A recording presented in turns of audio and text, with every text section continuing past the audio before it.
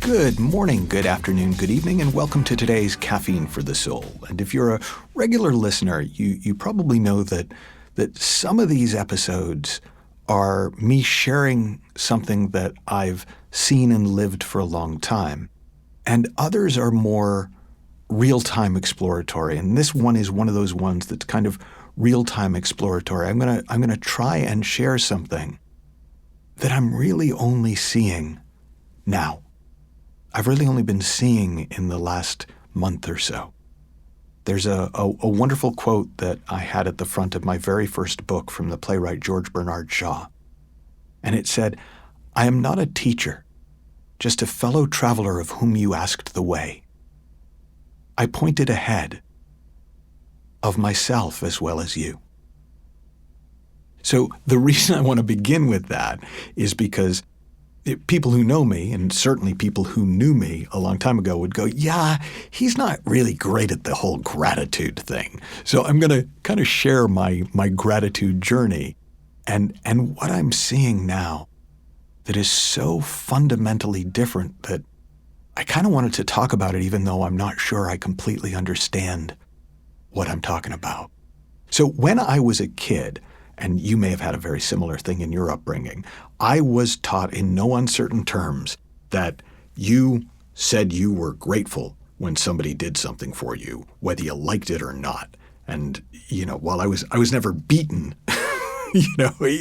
that's how it felt to me at the time, is like, if I didn't say I was grateful, then I would be. It wouldn't have happened, but I was little. And so I became somewhat famous in my family for when presents would come at birthdays or holidays, that I would often respond by saying, "Thank you for the yucky present." Now, this was not a great introduction to gratitude because it made it seem like something I was supposed to do for other people, not something that could spontaneously arise in me. Not something that it was okay not to feel. In fact, it was very not okay not to feel. And so I began to develop this kind of messy relationship with it. And as I got older, it got worse because I began to perceive it as dangerous. Because at some level, if I was grateful for something, it was almost like a way of staving off my fear that it would be taken away from me. I'm really grateful for this, and I'm really grateful for these people. Please don't take them away. Please don't take them away. Please don't take them away. It was sort of like a fearful prayer. So I started out with gratitude as an obligation, and I evolved it into a portent of doom. So it's kind of unsurprising to me that I never really got skilled at or known as, wow, that's one grateful person. Now, that doesn't mean that I never felt it at all. There have been so many times in my life where I've been so deeply appreciative of things. But when I start to think about it or when I start to try and talk about it, it always got ugly. And then I was listening to Dr. Judith Sedgman, who's a teacher in the Three Principles community. And I was listening to, actually I was reading an article she wrote about gratitude. And she said most people are grateful for, and sometimes they're grateful to. But she said, and this isn't a quote, this is just how I heard it. What I heard was, but you can just sit in gratitude. And what I heard was, oh, wait. I've always thought of gratitude as being related to a condition. Okay, I'm grateful for this condition, but I'm not grateful for that condition. I'm grateful to this person, but I'm not grateful to that person. I'm grateful for this, but I'm not grateful for that. I never saw it as an independent variable. I never saw it as simply one of the most beautiful states of being that is available to us as part of the human experience.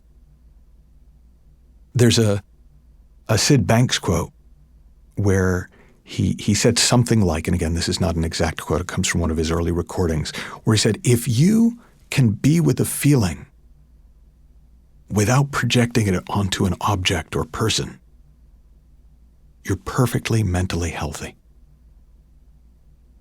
But if you're in a feeling, even if it's a wonderful feeling, and you are projecting it onto a person or object, you're a little bit off. And I'd never connected that idea to gratitude. I could see that I'm living in the feeling of my thinking, not the feeling of the world, that my circumstances don't create my feelings create an experience that I then project onto my circumstances. But I'd never seen it with gratitude. I'd never seen the possibility of just being in gratitude, not for anything, not to anything, just as a feeling. And it's a feeling that now that in this very short period of time that I've begun to be able to feel it clean, without all the projections, without all the fears, without all the obligations, without all the memories, without all the habits. That it's kind of the feeling of enough.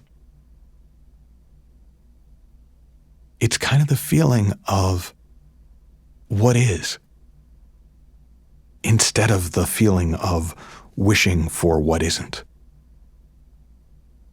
There's an old story, and I'm pretty sure that it was told by Kurt Vonnegut Jr., the author, but it was either told by Kurt Vonnegut about Joseph Heller, who wrote Catch-22, or it was told by Joseph Heller about Kurt Vonnegut. I don't remember which way. But the story is that they were invited to a party on Fire Island, which was this very wealthy playground outside of New York where the rich folk played. And they were at this party, and both of them were successful authors in the 1960s, 1970s. And so they'd done well for themselves. And they're at this party, and there were elephants and giraffes, and it was just one of these insane, if you've ever seen like The Great Gatsby, just, or perhaps The Fall of Rome, just an insane party of excess. And Kurt Vonnegut said to Joseph Heller, does it bother you that no matter how successful we've been, no matter how much we've contributed to the world, we will never have a fraction of the wealth of these people? And Joseph Heller said, not really, because we have something that they'll never have. And Kurt Vonnegut said, well, what's that? And Joseph Heller said, we have enough. Now, I don't think it's true. I think at any point anyone can wake up to enough, can wake up to what is and realize that what is. So what is enough.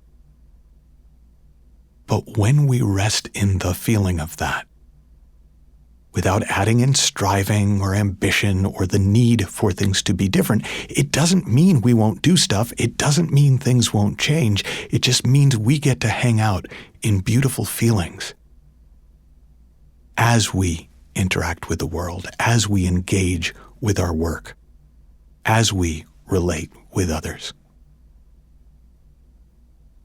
So this podcast today it's an invitation to me as well as to you to just play with the idea of unconditional gratitude, not making a list of all the things you're grateful for.